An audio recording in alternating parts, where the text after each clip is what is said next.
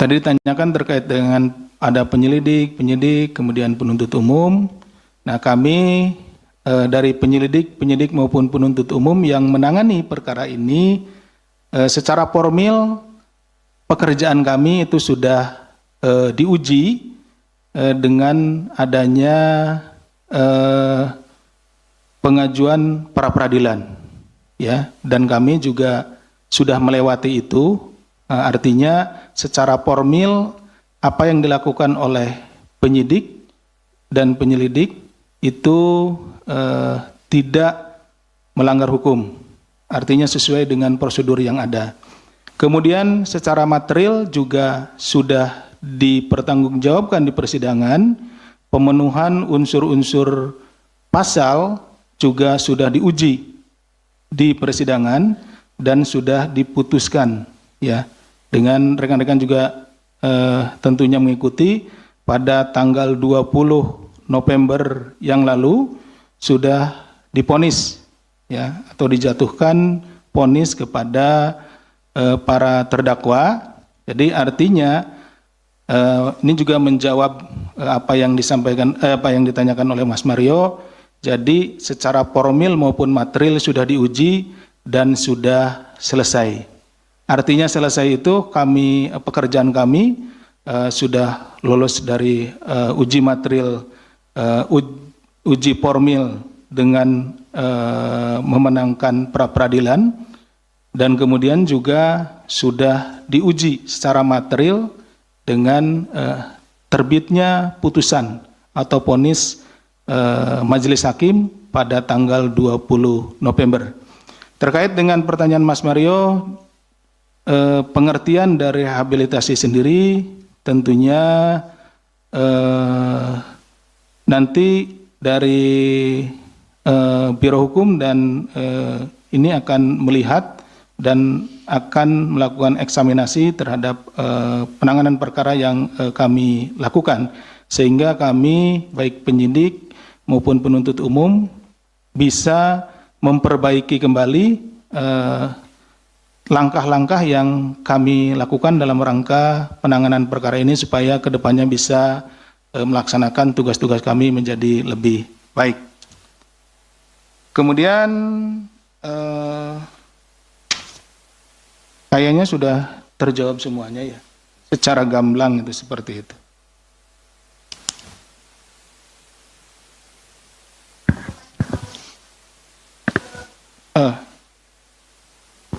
Jadi terkait dengan hal tersebut, bagi kami itu bukan merupakan presiden buruk karena ini berbeda, ya. Tadi kami bisa sampaikan bahwa yang menjadi tugas kami itu adalah sudah selesai, baik secara formil, pembuktian secara formil maupun secara material. Nah, perlu dibedakan terhadap hasil, ya, terhadap putusan itu kemudian saat ini diberikan rehabilitasi itu adalah hak prerogatif daripada Bapak Presiden. Jadi kami tidak lagi ada pada lingkup dari kewenangan tersebut, gitu, ya. Bisa dipahami, Mbak. Ketika masih ada di persidangan, itu adalah lingkupnya kami. Di situ ada penuntut umum yang mewakili masyarakat dan juga KPK. Kemudian juga ada terdakwa dan ada pihak kuasa hukumnya yang mewakili terdakwa atau membela terdakwa. Kemudian ada majelis hakim, seperti itu. Nah, setelah diputuskan itu selesai, seperti itu. Oh, enggak. Ya, Mbak Iren, silakan. Pak, maaf menegaskan lagi, bukan presiden buruk buat KPK dalam proses pemberantasan korupsi kalau eksekutif dikit-dikit ikut campur dalam proses apa yang dijalani, apa yang dilakukan oleh KPK. Itu bukannya presiden buruk, ya, Pak? Ini kan masalah sudut pandang, ya. Ini sudut pandang dari kami, ya. Kami melaksanakan tugas itu penyelidikan, ya, Mbak, ya. Ya, penyelidikan, penyidikan, penuntutan. Kemudian nanti eksekusi, ya. Penyelidikan sudah kami lakukan, penyidikan sudah kami lakukan, hasilnya yang formil begitu ya, dalam bentuk formil sudah juga diuji dalam bentuk pra-peradilan. Nah, di pra-peradilan yang diajukan oleh para tersangka waktu itu ditolak. Artinya apa yang dilakukan oleh kami dari sisi material itu ya, pelaksanaan sesuai undang-undang atau tidak, itu sudah benar. Gitu ya. Kalau tidak benar pasti menang pra-peradilannya kan. Nah, begitu. Itu kemudian dari sisi formil, dari sisi materialnya, kontennya, pemenuhan unsur-unsur pasalnya, pengumpulan bukti-buktinya, kemudian keterangan dan lain-lain. Nah, itu sudah juga dibuktikan di persidangan. Persidangan dilakukan terbuka untuk umum dan juga saya kira tidak ada tekanan dari manapun, itu ya. Baik dari sisi terdakwa maupun dari sisi jaksa penuntut umum. Jadi persidangannya berjalan dengan lancar, tidak ada hambatan, dan pada tanggal 20 November sudah diputus. Ya, hakim atau majelis hakim sudah memutus, ya vonisnya rekan-rekan juga sekalian sudah tahu. Artinya sampai pada vonis itu selesai, baik formil maupun material yang kita lakukan. Nah, terkait dengan sekarang dilakukannya atau adanya rehabilitasi terhadap para terpidana ini kan sudah terpidana karena sudah diputus, bukan lagi terdakwa. Para terpidana ini diberikan rehabilitasi, itu sudah tidak lagi berada dalam ranahnya kami. Gitu. Artinya tidak ada lagi dalam ranah penyidikan maupun penuntutan. Nah, seperti itu, Mbak ya. Clear, Mbak ya. Silakan kita buka sesi ketiga. Mas Jamal dulu yang belum. Mas Jamal, Mbak Sasya, Mas Rio. Terima kasih Mas Subir. Pak, saya izin satu pertanyaan aja Pak. Setelah adanya rehabilitasi ini, kan KPK masih menangani satu tersangka ya Pak. Tersangka si Aji itu. Nah, setelah ada rehabilitasi ini, apakah proses penyidikannya tetap berlanjut untuk tersangka Aji, atau KPK akan mengeluarkan SP3 untuk si Aji ini? Terima kasih. Baik, terima kasih Mas Jamal terkait dengan keberlanjutan penanganan perkara untuk tersangka saudara Aji. Mbak Sasya sama pertanyaannya ya? Kok bisa sama ya? Baik. Karena deketan pasti. Mas Rio.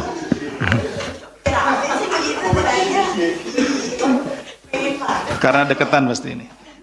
Ya, malam Mas Jubir, Pak Asep.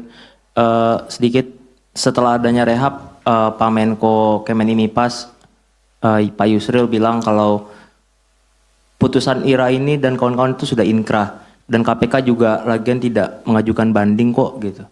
Nah, ini mungkin bisa minta tanggapannya. Terima kasih Mas Rio terkait dengan statement Pak Yusril ya yang menyampaikan bahwa perkara ini sudah inkrah. Ada lagi kawan-kawan? Mas Yus. Nah, tadi Pak Yusril ya, ini Mas Yus, silakan.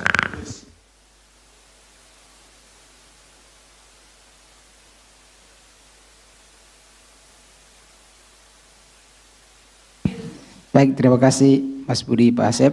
Melanjutkan tadi itu, kan ini ada rehabilitasi, dan nanti itu kan katanya ada ganti rugi ya terhadap pihak-pihak. Nah, itu nanti teknisnya itu seperti apa? Apakah KPK sendiri yang akan memberikan ganti rugi kepada para pihak yang direhabilitasi itu atau bagaimana? Kan tadinya kan memang misalnya dalam kasus ini kan ada kerugian negara, atau sekarang berbalik KPK yang harus membayar lagi kepada para terpidana ini. Berarti KPK yang rugi dong dalam hal ini.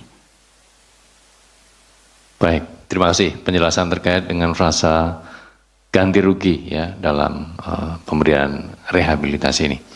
Monggo Bapak. Sudah? Sudah Pak. Oh. Mas Jamal Bertiga, ya? terkait dengan keberlanjutan Mas Jamal. tersangka Aji. Keberlanjutan tersangkanya Aji. Jadi yang direhabilitasikan 3 orang ya. Pak Haji ini masih dalam proses penyidikan saat ini, jadi perkaranya tetap lanjut gitu ya. Ya, karena yang direhabilitasi adalah 3, yaitu dari ASDP, Bu Ira, dan kawan-kawan. Kemudian Mas Rio, setelah rehab Pak Yusril menyatakan sudah inkrah, betul. Setelah rehab perkaranya sudah inkrah, gitu. Ya. Kemudian Mas Yus, rehabilitasi ini dikaitkan dengan ganti rugi. Kami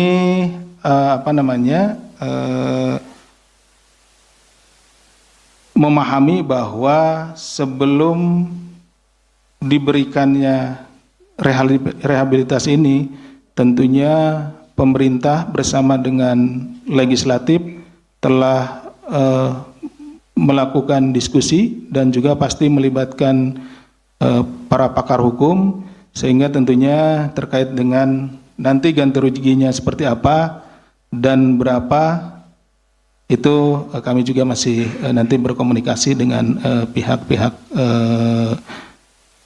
pemerintah ya, artinya dengan eksekutif dan legislatif seperti itu. Ya Mas Yus ya. Ya.